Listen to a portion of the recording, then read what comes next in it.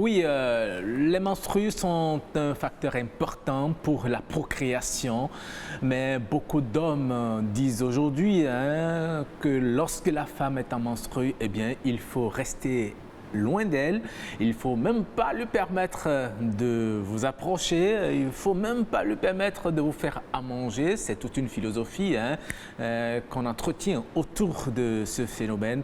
Eh bien, nous allons en parler aujourd'hui. Jennifer Sativi, je vous laisse le soin de nous faire découvrir, nos invités à nos téléspectateurs. Nos invités sont déjà sur ce plateau. Menstrues, signe d'impureté. Nous avons sur le plateau une prêtresse des cultes endogènes et kamites, Nangbo Huehome Misirung. Bonjour Nangbo. Oui, bonjour.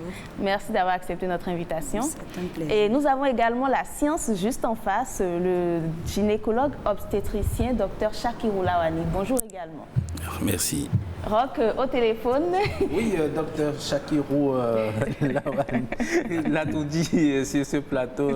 Nous lui disons merci, comme nous disons merci aussi à Nangbo, qui n'ont ménagé aucun effort pour répondre présent. Merci d'être là. Et au téléphone, nous aurons également un pasteur. Oui, un pasteur ou une pasteur plus précisément, Monique Kakbo Agwaka. Tout à fait. Nous allons voir la lecture que font les religieux de cette situation. Je voudrais commencer d'abord par la prêtresse. Elle est d'abord une femme. C'est un sujet qui concerne principalement les femmes. Toutes mes excuses. Bon, Nangbo, quand vous êtes dans cet état-là, est-ce que la femme, elle est, selon les traditions, vraiment impure? Merci. Lorsque, enfant, on veut parler des menstruations d'une femme qui est en menstrue, on dit « Ejek Pagoudou ». Ou Ejek Pour dire de toute manière qu'elle a quitté la maison et qu'elle s'est installée soit derrière la palissade, soit au champ. Et rien qu'à partir de cette expression, on comprend qu'elle n'est plus en quelque sorte éligible pour être au milieu des gens au cours de cette période-là. Si on s'en tient à cela, on pourrait a priori dire tout de suite que les menstrues sont un état d'impureté, effectivement. Mais pourquoi?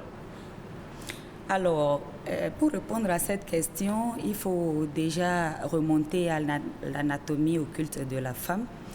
Il faut comprendre que la femme incarne ce que nous appelons le spiritus mundi, c'est-à-dire l'esprit de Dieu, parce qu'elle incarne toutes les énergies, toutes les divinités.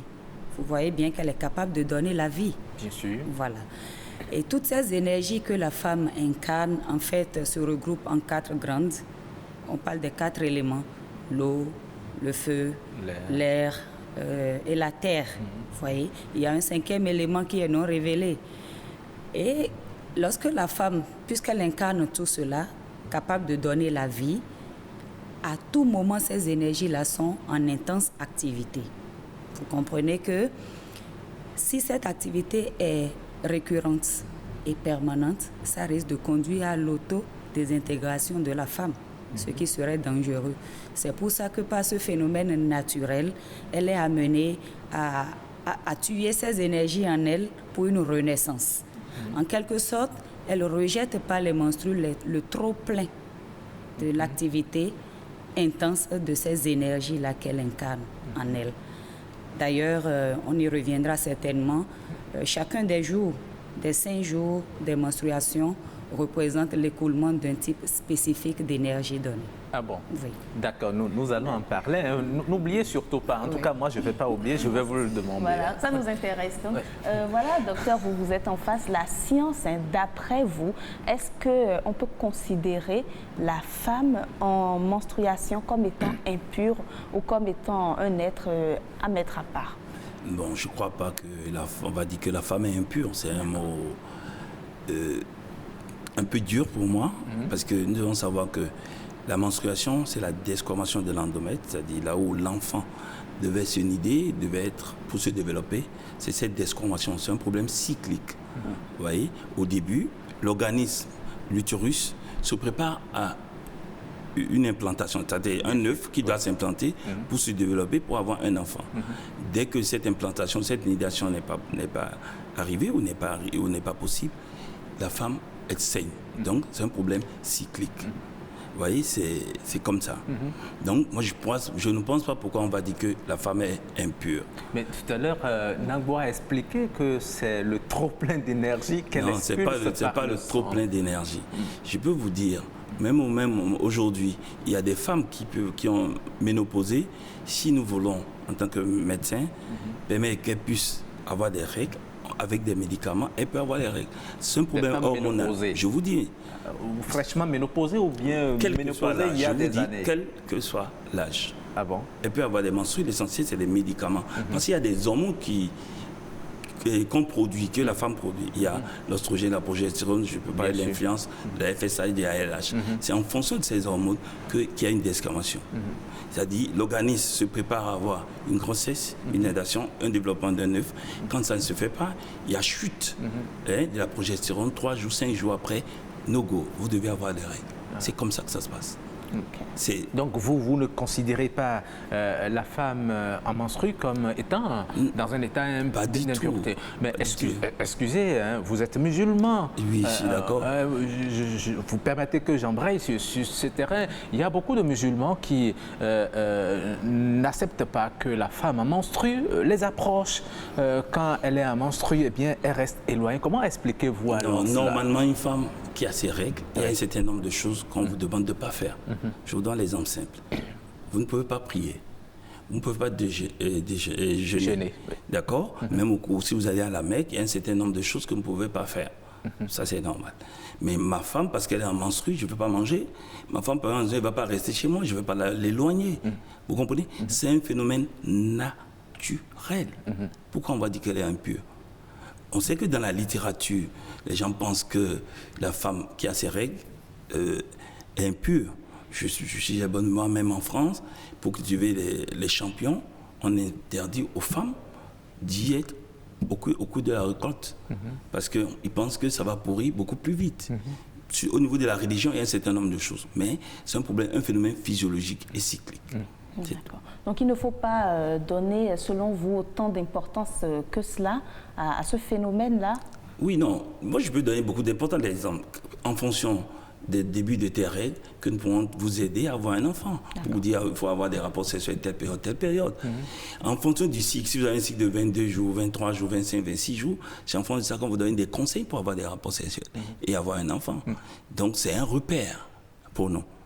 Ce n'est pas l'impureté, c'est un repère pour nous. Voilà, vous l'avez dit, c'est un repère pour vous. Il paraît que lorsque la femme est en menstrue, on interdit à l'homme de tenir des rapports sexuels avec elle. La médecine aussi l'interdit. Bon, c'est pas qu'on interdit. Chacun est libre. Il y a d'autres qui le font, d'autres qui ne le font pas. C'est pour ça, par exemple, après un accouchement, vous savez, la femme saigne toujours un peu. Il y a d'autres... ils ont des rapports sexuels. Donc, quand nous voulons donner des conseils, on leur dit que quel que soit l'écoulement que vous aurez, vous devez vous protéger pour ne pas tomber enceinte. Ça dépend. Vous pouvez le faire comme vous ne pouvez pas le faire. Mais, si vous le faites, c'est vous. Mais le problème aussi, c'est que le sang, le fluide, c'est-à-dire la menstruation, c'est la desquamation de l'endomètre, les cellules de l'endomètre au niveau de l'utérus, puis les sécrétions vaginales. Et vous savez aussi que parfois les gens disent que le sang, c'est un bouillon de culture. D'accord? C'est pour ça que parfois on demande d'éviter. Parce que si quelqu'un est malade, vous pouvez l'avoir plus facilement parce qu'il y a le sang et puis la muqueuse pour ne pas avoir une infection. D'accord. Avant de poser la question à Nagbo, une dernière question dans ce registre-là. Est-ce qu'il arrive que les médecins prescrivent des rapports sexuels aux couples peut-être en difficulté de procréation, de faire des rapports sexuels pendant que la femme est en menstrue? Bon, c'est rare. Mais on peut vous dire d'avoir des rapports sexuels juste après les règles. Je vous donne un exemple simple. Une femme qui a un cycle de 21 jours, je dis 25 jours, donc tous les 21 jours, l'ovulation a eu lieu peut-être 12 jours ou 14 jours précisément avant les règles prochaines. Ça veut dire on fait 21 moins 14. Ça fait 7. Si elle a un cycle si elle saigne pendant 5 jours, quand il y a des rapports 2 jours après, il n'y a pas de raison.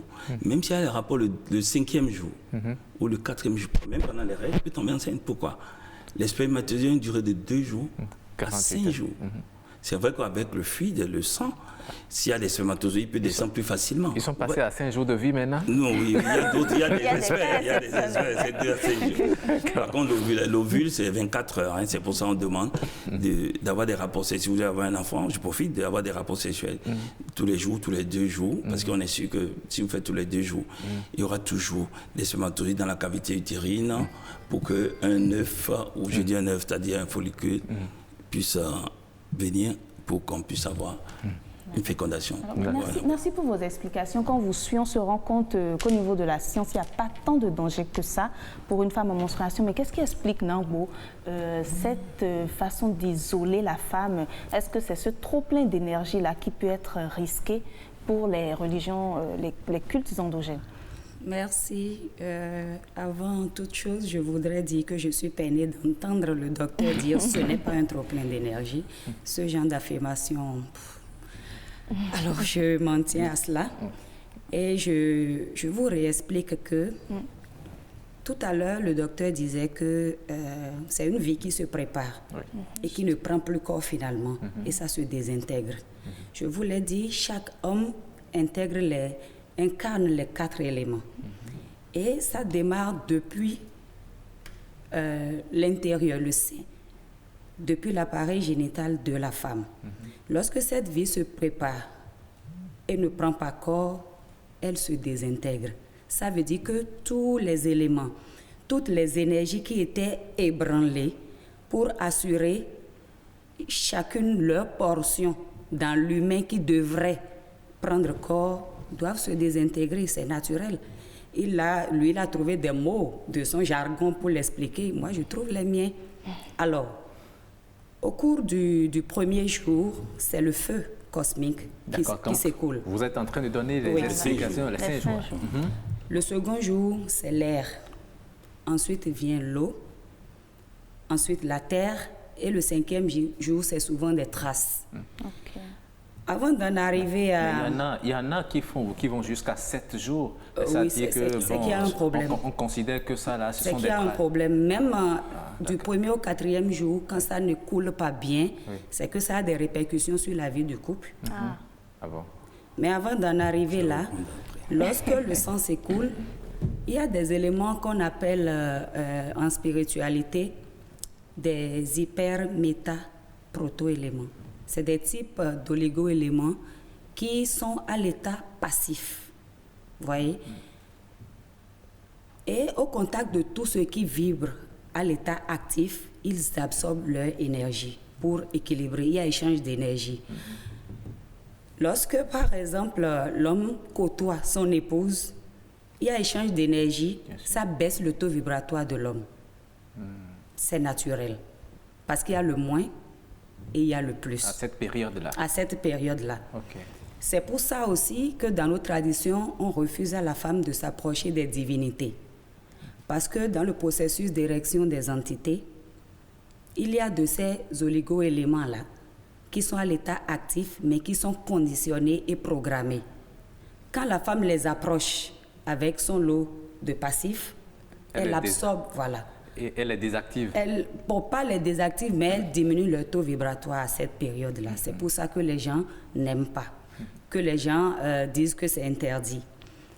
Je dirais peut-être qu'au lieu de parler d'impureté, on pourrait dire que la femme est énergivore en ce moment-là, lorsqu'elle est en menstrue. Voilà ce que je pourrais répondre. Donc c'est la raison pour laquelle on ne permet qu'aux femmes ménopausées d'avoir accès au couvent. Oui, il y a ça et plein d'autres facteurs, mais fondamentalement cela. Quand vous aviez parlé tout à l'heure de faire préparer à manger à son homme, vous savez, tout repas nourrit le corps physique, mais également le corps spirituel. Bien sûr. Alors, lorsqu'une femme qui vibre à un faible taux, qui vibre bas, vous prépare à manger, elle vous décharge au lieu de vous nourrir. C'est pour ça que ce n'est pas seulement les entités qu'il faut éviter, ce n'est pas seulement les dignitaires de culte qu'il faut éviter, il faut éviter au maximum le contact avec les autres, dans un rayon d'1,20 m au moins. Mais ce que vous dites, Nangbo, vous faites un peu peur, hein, parce que Je suis à côté de ma collègue, je ne sais pas si elle est dans cette étape, par exemple. Elle s'est dit qu'elle décharge mes énergies. Vous sortez, vous achetez à manger en ville, vous ne savez pas si la femme qui vous sert à manger, elle est en menstrue, vous mangez. Elle s'est dit qu'elle vous décharge. Justement, c'est ça les risques. C'est pour ça que souvent, beaucoup de dignitaires disent qu'ils n'achètent pas à manger en ville. Parfois, quand on achète des condiments et qu'on vient à la maison, on les met en état, en condition d'être consommés. Notamment les matériels ritueliques, quand on achète au marché, on les purifie d'abord avant de les utiliser parce qu'on ne sait pas dans quelles conditions la femme ou bien tous ceux qui ont eu à toucher à cela étaient. Bon, mais je vous dis aussi, c'est pas seulement la femme en menstruée qui vibre bas. Lorsque une personne n'a pas une bonne santé physique et spirituelle, elle peut vibrer bas aussi et pomper votre énergie. Et c'est pour ça qu'il faut procéder à des purifications régulières de son aura pour garder sa vigueur spirituelle. J'espère que vous allez nous donner quelques astuces pour procéder à des purifications régulières de son aura, comme vous le dites. Le docteur très impatient de répondre. Vous avez suivi? Oui, et merci madame. Elle a parlé de la durée de saignement. La durée de saignement, ça peut aller de 3 à 7 jours. Et puis, c'est vrai qu'il y a le plus souvent, plus de 50%, c'est progressif. C'est le premier jour, c'est moins, le deuxième et le troisième jour, ça atteint un maximum, ça diminue progression. Mais ce n'est pas pour toutes les femmes. Il y a d'autres femmes, le premier jour, elles saignent beaucoup. Et après, la quantité diminue. Et il y en a même qui saignent pendant 2 jours et puis c'est fini. Et qui n'a même pas d'antécédents de pathologie ou de trucs là-dessus. Il y a d'autres qui saignent beaucoup, parce que vous pouvez saigner beaucoup. Pourquoi? Si vous avez des fibromes, vous pouvez saigner beaucoup. Fibrome, c'est une tumeur bénigne qui est au niveau de l'utérus. Si vous avez un utérus trop gros, vous pouvez aussi beaucoup saigner. Vous voyez? Donc on dit que c'est de 3 à 7 jours. Mais le rythme varie d'une personne à une autre. Maintenant, et on a dit que l'utérus se prépare pour éventuelle nidation, voire le développement d'un enfant, et d'un enfant qui peut venir. Mais pour les jeunes filles, par exemple, elles n'ont pas eu de rapports sexuels. D'accord? Elles n'attendent pas un enfant, mais c'est un problème cyclique. Elles ont les règles régulièrement. Donc, pour moi, je ne peux pas dire que c'est un problème d'impureté. Vous comprenez? Pour moi, impureté, c'est un peu fort. Mais elle a parlé de problème d'énergie. Oui. Mais est-ce qu'il n'y a pas des risques au niveau peut-être sanitaire pour 2 personnes qui tiennent des rapports pendant la période de menstruation, par exemple? Est-ce qu'il n'y a pas des pathologies, des infections qui pourraient en découler? Bon, c'est simple. Je l'ai dit tout à l'heure, je répète. Je dis, les menstrues, ce sont les cellules de l'endomètre à l'intérieur de l'utérus, plus la sécrétion vaginale. Si au niveau de la cavité vaginale, il y a la sécrétion, il y a des germes, la personne va être beaucoup plus infectée. J'ai dit aussi une autre phrase pour dire que le sang, c'est un bouillon de culture. Donc, la probabilité de vous infecter est plus élevée. Au même moment, d'autres font des rapports sexuels au cours des menstrues, parce que la femme a mal, et on pense que quand elle a mal, quand vous avez des rapports sexuels, parce qu'au cours des menstruations, il y a les muscles qui sont contractés, et quand vous avez votre orgasme, ça décontracte et la douleur est moindre. C'est des personnes, donc ça varie d'une personne à une autre. D'accord, très bien. Quelqu'un m'envoie un message, Nabo, pour dire il y a certains hommes qui tiennent des rapports sexuels avec la femme en menstrue pour recharger leurs énergies. Est-ce que c'est possible? En réalité, c'est vrai que les menstrues ont un certain pouvoir, mais ce n'est pas donné au commun des mortels. Ceux qui sont initiés... Ce sont eux qui le font. C'est à leur risque et péril. Je vous dirais que ce n'est pas indiqué. Ce n'est pas indiqué. Maintenant, s'ils sont initiés à des pratiques qui leur permettent de détourner je ne sais quelle énergie, à quelle fin, bon, ils sont les seuls responsables de ce qui pourrait en découler. Voilà ce que je peux répondre. Est-ce que le risque est pour tout le monde? Nous sommes en Afrique, nous avons peut-être par exemple des Européens ou d'autres religions qui ne sont pas forcément attachées à nos cultes endogènes. Est-ce que dans ce cas, pour ces personnes-là qui ne sont pas croyants de la chose, il peut y avoir un risque quand même, que ce soit à l'extérieur, en Europe ou en Afrique? C'est comme si vous me demandez si en Europe on pourrait attraper une femme pour adultère, si l'égrégore de sa famille pourrait l'attraper. À chaque société, c'est réalité. Et ce qu'il faut que nous comprenions, c'est que tout ce qui nous arrive, notre style de vie, les contraintes auxquelles nous sommes soumises sont en lien et en harmonie, en adéquation avec la nature qui nous entoure. C'est pour ça que lorsqu'une femme est par exemple en Afrique, quelle que soit la croyance qu'elle a pu adopter après, lorsqu'elle commet l'adultère, tant que c'était déjà du convenu avec la nature depuis les origines, elle aura le revers de la part de l'égrégore de son mari. Donc il faut comprendre que c'est une question de contexte social. Mais je suis payée pour vous dire que pour ceux qui le savent, l'idéal, c'est d'éviter. Ne pensez pas que les Occidentaux ne sont pas au courant de ce que nous disons là. Ils ne l'expliquent peut-être pas de la même manière, mais pour ceux qui sont des initiés, qui pratiquent la spiritualité, ils gardent leur distance. Je suis payée pour vous le dire. D'accord. Merci beaucoup. Nous allons voir aussi du côté de nos concitoyens quelles sont les raisons pour lesquelles ils préfèrent se mettre à distance de la femme lorsqu'elle est en menstrue, ou bien c'est juste des banalités qu'il ne faut pas considérer. Eh bien, nous leur avons entendu notre micro, ils se sont prononcés, nous les écoutons. Dans le contexte islamique, tout ce que le corps rejette est de l'impureté. La menstruation au niveau de la femme constitue également une impureté. Et par conséquent, la femme, quand elle est dans ses menstruations, elle ne peut pas s'approcher de la prière. Cela ne veut pas dire qu'elle est elle devient un être diabolique. Véritablement, pourquoi elle ne doit pas jeûner? Parce que le jeûne aussi, ça nous permet de nous connecter avec Dieu. Et dans les actions qui sont posées pour nous connecter avec Dieu, il a forcément la prière.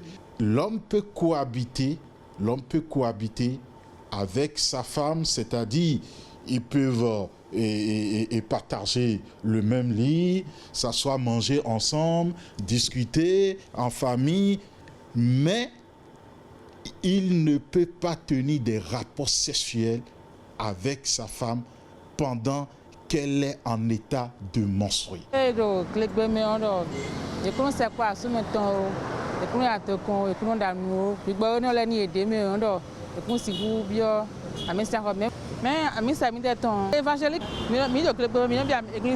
Sans problème. Je me suis Bible mais donc à le mais on a surtout mais na mo ko mi eni onye mo Bible me acha. Gbeto ka we dai ya. Gbeto ka we dai ti we do fun we sombo. Ye we abi e kuja gbeto du ma we dai ni. Le gbe onu ku ihun ku ji we bo no ton sin la menu yon. Won yin nu da gbe bo no go sin. Eyin hun da gbe yo. E na no la menu mi. E na ton sin gule nu mi ya. Unu gbigbele we yin bo ma ko do bo tun do hun eni ohun gbigbele we yin bo do la mi ton me bo gande ku o. Emi na no de ton sin la menu mi me yon le. Non de do glegbe me bodo ko ka suton e ti di do e do vodun do asuton we ro hun do nu gbigbele we kan jo gbigbele we hun we gan hi we ni o me o nu we yan nu ado nu de do we ni onu o e na jedo sunu oji do we ni onu dada we gbaja de su sin ayoji o asitan le ja lo gudoro pe ogbe o e do pe de fo gbe bonana aja lo gudo sansan aton e ngwe no afo alo gudo to bona le wa ko yobe asisi to ele na dan ba nu bode susan ya to kon asan clock gan ya ana uri bonu fie ni on kaka bo na fo me gbe o nu ne le gege wa zon bo gbe ogba parce suma yin mi ton le zombo afo kinkle mi ton lo poso ni ejenu gudo agbaza jenu vo eso yin de su ganjia. Quand la femme a ses menstrues, sur le plan traditionnel, on dit tout de suite que c'est une impureté. Je crois que c'est lié bien sûr au sang, un sang qui n'est pas propre, un sang qu'elle rejette. Ce qui veut dire que le corps qui rejette ce sang trouve déjà que ce sang est sale Et du moment que ce sang est sale, je crois que ça pourrait avoir d'impact négatif sur certaines réalités, bien sûr, de la vie de l'homme.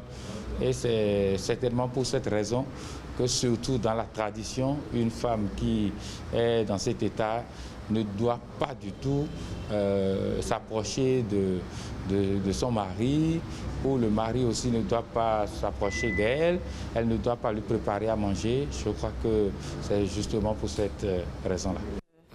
Et voilà, nous sommes de retour au plateau. Nous avons entendu beaucoup de choses. J'avais commencé à noter. Docteur, je vous laisse le soin d'apprécier ce que vous avez entendu tout à l'heure.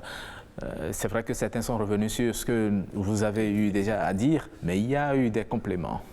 Bon, je vous dis, on parle d'impureté. Le mot est fort, d'accord. Pour moi, il y a certains qui font des rapports sexuels pendant les menstrues, d'autres n'en font pas. Beaucoup n'en font pas, mais certains le font. Si nous regardons au niveau des religions, chez les musulmans, par exemple, pendant les règles, vous n'avez pas le droit de prier.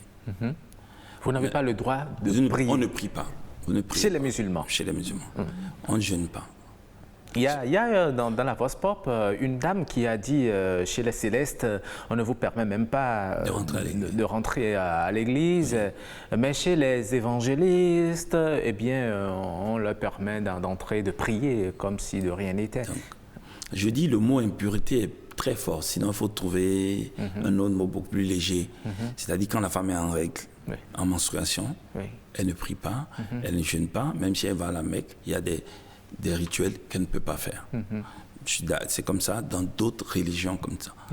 Mais tout est physiologique. Les menstruations, c'est un problème physiologique, cyclique, qui s'effectue régulièrement. Donc, il faut que nous sachions ça. Maintenant, que la femme vous prépare à manger, que ne vous prépare pas à manger, chaque dépend de chaque personne. Mais si tu es, si tu es monogame, tu as une seule femme, si elle ne te peut pas à manger, je ne sais pas si elle ira dehors, parce qu'elle a dit, quand vous allez manger dehors, vous allez acheter dehors, peut-être la femme est en menstruation. Donc, il faut savoir. Voilà, donc ça, c'est des réalités. On a même suivi dans la Vox Populi certaines personnes, comme l'a dit Roch, d'autres religions, certaines prient, il y a des églises où il n'y a pas de problème. Vous pouvez tout le temps aller prier comme vous voulez, contrairement à d'autres croyances. Qu'est-ce qui peut expliquer tout ça? Alors, comme je vous l'ai dit tout à l'heure, c'est une question d'échange d'énergie. Vous voyez, même au sein des cultes endogènes, par exemple, le fa n'a pas cet interdit-là. La femme en menstrue peut porter son fa, peut subir des rituels en lien avec le fa. Et c'est parce que le fa est une énergie passive. La base, c'est Fumenji, c'est la mère de tous les signes du fa. Donc, c'est une femme, c'est une énergie passive. C'est un moins qui rencontre un moins pour donner un plus. Donc, finalement, le fa est une énergie active, mais la source, c'est deux énergies passives qui ont contribué à le rendre actif. C'est pour ça que la femme peut le côtoyer sans le décharger, parce que passive également comme la source même du fa.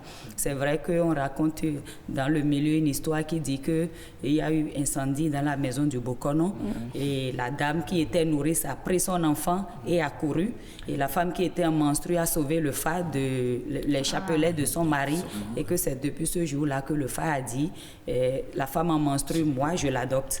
Par contre, la femme nourrice de moins de 3 mois, ça c'est un autre débat. L'idée, on appelle enfant, c'est une période très dangereuse. La femme en idée ne s'approche pas du fa, mais la femme en menstrue peut porter le fa. Donc, en somme, c'est que si ce à quoi la femme veut toucher est une énergie passive, ne vibre pas plus fort qu'elle, au fait, elle ne détruit pas, ce n'est pas de l'impureté, c'est un échange d'énergie qui ramène l'autre. Il y a échange d'énergie, quoi. La femme gagne un peu, l'autre perd un peu. C'est en ça, en fait, d'accord, mais dans ce cas, est-ce que pour ceux qui sont dans cette croyance, est-ce qu'il faut faire sortir la femme de la maison? Puisque, voilà, nous habitons ensemble, ce n'est pas comme au temps où il y a les cases, forcément, il y a des gens qui sont dans la même chambre. Est-ce que la femme, carrément, doit sortir, pour ceux qui sont en ville, par exemple? Bon, ça, chacun essaye de s'adapter selon son cadre de vie. Si vous avez 2 chambres salon, elle peut se mettre dans l'autre chambre en attendant. Maintenant, si la chambre est suffisamment grande, elle peut faire sa natte un peu à l'écart, parce qu'elle ne doit pas se coucher à côté de l'homme, ni lui puiser de l'eau. C'est-à-dire qu'il faut limiter au mieux le contact. On a entendu, hein, c'est peut-être l'une des raisons pour lesquelles la polygamie a été instituée en Afrique. La femme a menstrué. Le lit ne va pas rester vide. D'accord. Alors, nous allons entrer en liaison avec notre pasteur, Monique Capo Agbaka. Vous êtes en ligne. Bonjour. Oui, bonjour, mon journaliste. Voilà, très bien. Vous suivez le débat avec nous. Nous parlons des menstrues au niveau de la femme. Est-ce pour vous un signe d'impureté ou bien comment appréciez-vous les menstrues au plan religieux? Je vous remercie, monsieur le journaliste.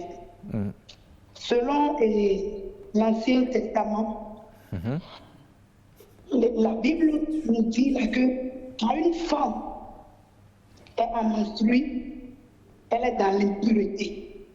Selon Lévitique chapitre 15, le verset 19 et le verset 20. Mais aujourd'hui, selon ce que la Bible a dit, une femme en menstrue, même si elle se couche sur un lit, ce lit est devenu impur.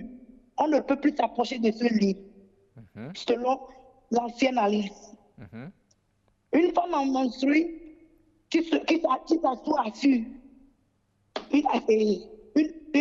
une chaise ou bien quelque chose, ce truc est devenu impur. Pardon. Donc même si elle s'assied dans le véhicule de son mari, le véhicule est devenu impur. Selon l'Ancien Testament. C'est comme ça. D'accord. Oui, c'est comme ça. C'est selon la Bible, ce que la Bible a dit dans le livre de Lévitique. Maintenant, aujourd'hui, nous, on ne l'appelle plus impur parce que personne ne peut exécuter cette loi-là. Ce qui veut dire que si une femme en menstrue se trouve dans un marché, donc tous ceux qui sont dans le marché deviennent impurs alors que nous devons sortir pour aller payer. Donc, dans la nouvelle alliance, chez nous, on n'appelle plus menstrue quelque chose d'impurité, non. Parce que Christ est venu pour nous arracher de la loi. Donc, il est venu pour nous arracher de la loi. Donc, et si nous allons prendre l'exemple qui est dans le livre, la Bible dit que cette femme-là, il saignait pendant 12 ans. Mais il a touché l'habit de Jésus. Si on devait suivre la loi de l'Ancien Testament, elle n'a même pas le droit de sortir de sa chambre. Mais la Bible dit, elle est sortie, pas seulement elle est sortie, elle est venue même toucher la robe de Jésus. Donc, être en menstrue ne veut pas dire quelque chose d'impur. Donc, non. Très bien. Alors, si je vous comprends bien, avec la nouvelle alliance, une femme en menstrue peut se coucher sur le même lit avec son mari et puis rien ne se passera. Elle peut même être en menstrue et tenir des rapports sexuels avec son mari, rien ne se passera. C'est ce que je comprends. Très bien. Elle peut se coucher sur le même lit avec son mari et rien ne se passera, rien du tout. Oui, ils sont dans un même accord, ils peuvent même tenir des rapports. Je prends l'exemple, c'est vrai que c'est gênant, c'est un peu gênant, mais mon mari peut-être il est en voyage, il a fait 2 ans, il a fait 6 mois, et le jour où il est rentré, je me trouve en menstrue. Je vais le priver de ça pour qu'il puisse sortir pour aller coucher avec une autre fille. Mais non. On va le dire dans un commun accord, je me nettoie très bien, et puis c'est fini. D'accord. Très bien. Donc, on vous a compris, on a compris votre position. Hein. Je vous maintiens en ligne, restez en ligne. Nangbo, vous êtes aussi femme. Vous avez entendu, Madame la pasteure, ces explications. Elle estime que c'est de l'ancienne alliance que cela relève aujourd'hui, c'est la nouvelle alliance. Elle a même donné des passages bibliques qui fondent son raisonnement. Qu'est-ce que vous pensez de cela? Je reste fidèle à ma croyance. Je vous l'ai dit tout à l'heure, moi par exemple, avant même de devenir prêtresse, déjà au foyer, c'est un interdit dans la famille de mon homme. Quand tu as tes règles, tu ne fais pas manger, tu ne balais même pas. C'est-à-dire, je change carrément de chambre. Et donc, je le respectais déjà avant de devenir prêtresse et ça n'a été que continuité. Et j'encourage les gens. En réalité, ce n'est pas à la femme que ça nuit, c'est à son entourage. L'entourage. C'est à l'entourage que ça nuit. C'est-à-dire quand ton taux vibratoire baisse, ça peut faire que tu es facilement atteint. Voilà. Peut-être par la maladie, par les attaques des ennemis et consorts. En fait, c'est ça. Ce n'est pas que ça te rend malade. De le fait de toucher la femme, tu deviens impur ou bien tu deviens malade ou bien tu as des problèmes. Non, ce n'est pas ça. Mais ça te rend vulnérable. C'est comme si, du coup, ta carapace occulte est affaiblie, est perméable. Voilà. C'est un peu ça le problème. C'est en ce sens-là qu'il faut comprendre. Donc, excusez aussi, si l'on vous suit, ça veut dire qu'aujourd'hui, les femmes utilisent ce qu'on appelle les serviettes hygiéniques. Elle peut aller dans une... Si un homme va voir ça dans une poubelle, ça veut dire qu'il il peut être atteint, c'est ce que vous dites? S'il n'a pas touché. S'il n'a pas touché, en fait, tout ce que mais la s'il femme voit, touche, ça peut... elle dépose les oligo-éléments dont j'ai parlé là-dessus. C'est pour ça que quand elle cuisine, ça reste. C'est comme si c'est des sortes de virus imaginaires qui gravitent autour d'elle. D'ailleurs, lorsqu'elle finit la période de menstruation, en principe, elle devrait se purifier. Avec elle quoi? doit un bain en bonne et due forme, tout au moins de l'hysope trituré dans de l'eau, tout au moins avant de reprendre le contact avec son homme et avec son environnement. Même chez les musulmans, on se purifie toujours. Mais même chez les musulmans, on se purifie. Mais maintenant, quand on suit le développement de Madame Agbaka, Madame la pasteur, elle nous explique que l'Ancien Testament était sous la loi, mais il y a le Nouveau Testament qui est la Nouvelle Alliance et qui a offert la liberté. Et tout à l'heure, je pense que vous disiez que le fa aussi est un peu passif. Est-ce qu'il ne peut pas y avoir cette sorte de rachat-là, de liberté dans la Nouvelle Alliance qui protège ceux qui sont sous ce couvert? Pardon, je ne me retrouve pas dans ces documents-là. Mes ancêtres n'ont pas contribué à faire je ne sais pas quel type d'alliance. Ce que je vous explique est le suivant. Nous parlons du contact avec les hommes, nous parlons du contact avec les divinités et autres. Je dis, si l'énergie qu'elle doit côtoyer est passive, les règles sont sans conséquence là-dessus. Alors, si on s'assure que l'énergie est passive, il n'y a pas de problème. Comment le savoir dans ce cas?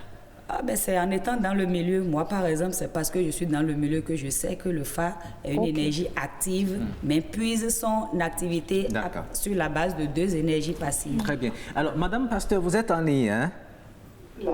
Vous êtes là, non, madame? Oui, je vous écoute. Très bien, et vous suivez très bien. On en dit ici, lorsque, par exemple, la femme est en menstrue et que son homme a de rapports sexuels avec elle, et même s'il ne l'a pas, en fait, ce n'est pas sur la femme qui a les conséquences, mais c'est sur son environnement, son entourage. Est-ce que vous ne comprenez pas que ce que disent les invités au plateau puisse être réel? Pour ce point, oui. je soutiens toujours ce que dit la parole de Dieu. Parce que si nous allons, tel que je le dis, si c'est concernant l'ancienne alliance, selon ce que la Bible dit, la femme en menstrue, même si un homme le touche, selon ce que la parole de Dieu dit, cet homme devient impur. Et je peux vous donner l'exemple de la famille de mon mari. Chez eux, par exemple, si une femme est en menstrue, on la fait quitter de la maison.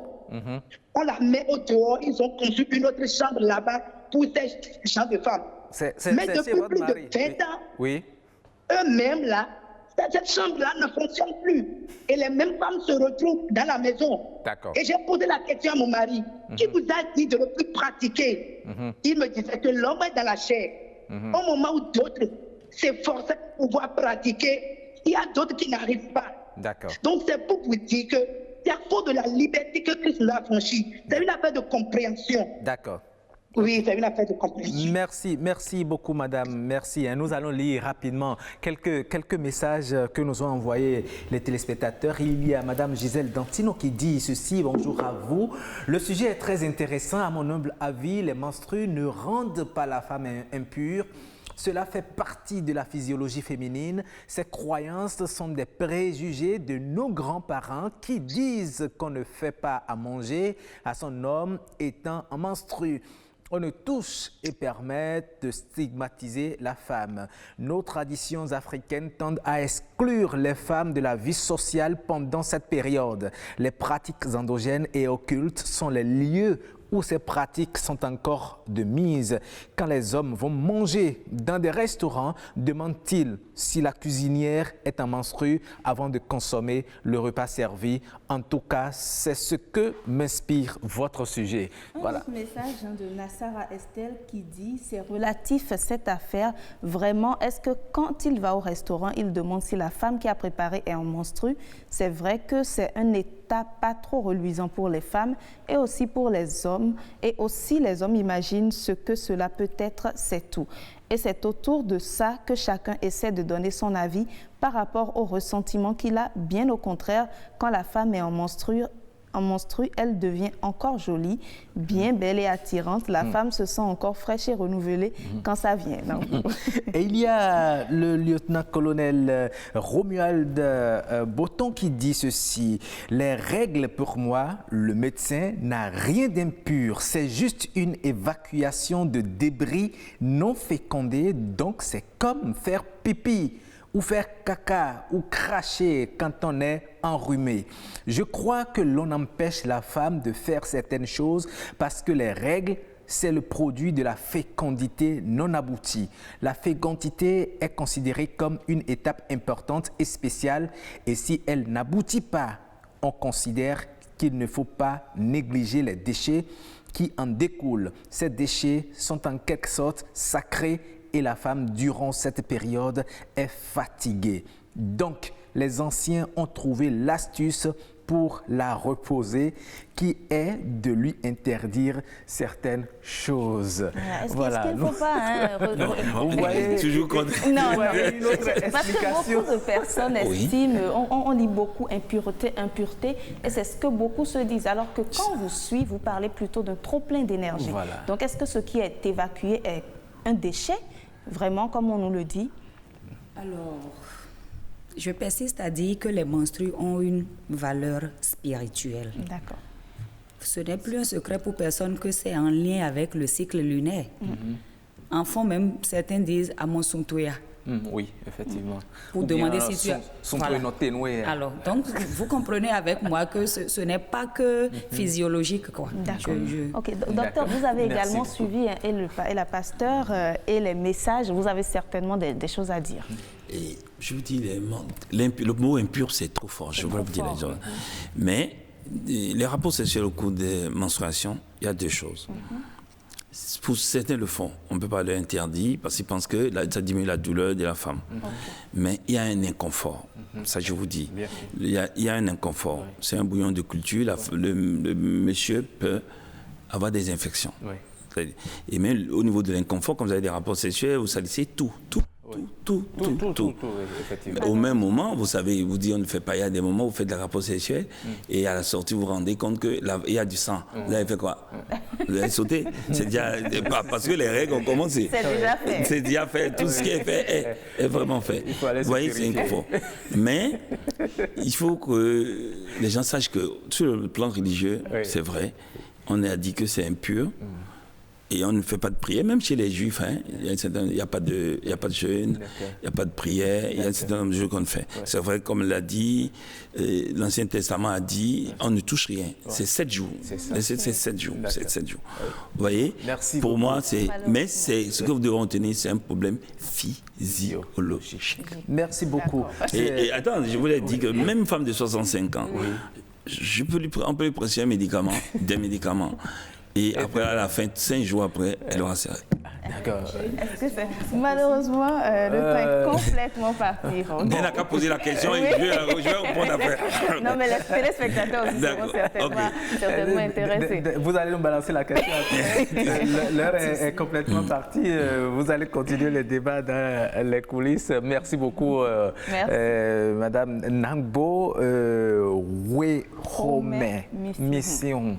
Voilà, vous êtes prêtresse des cultes endogènes et kamites. Merci infiniment à vous. Merci aussi à Dr Shakirou Latunji, gynécologue, obstétricien, grand soutien des artistes aussi et des journalistes. Il fallait que ça sorte. Et merci aussi à Madame la pasteur Monique Kakpo Agbaka qui était au téléphone. Merci à tous ceux qui nous ont envoyé des messages, Docteur Boton et tous les autres. Merci à vous.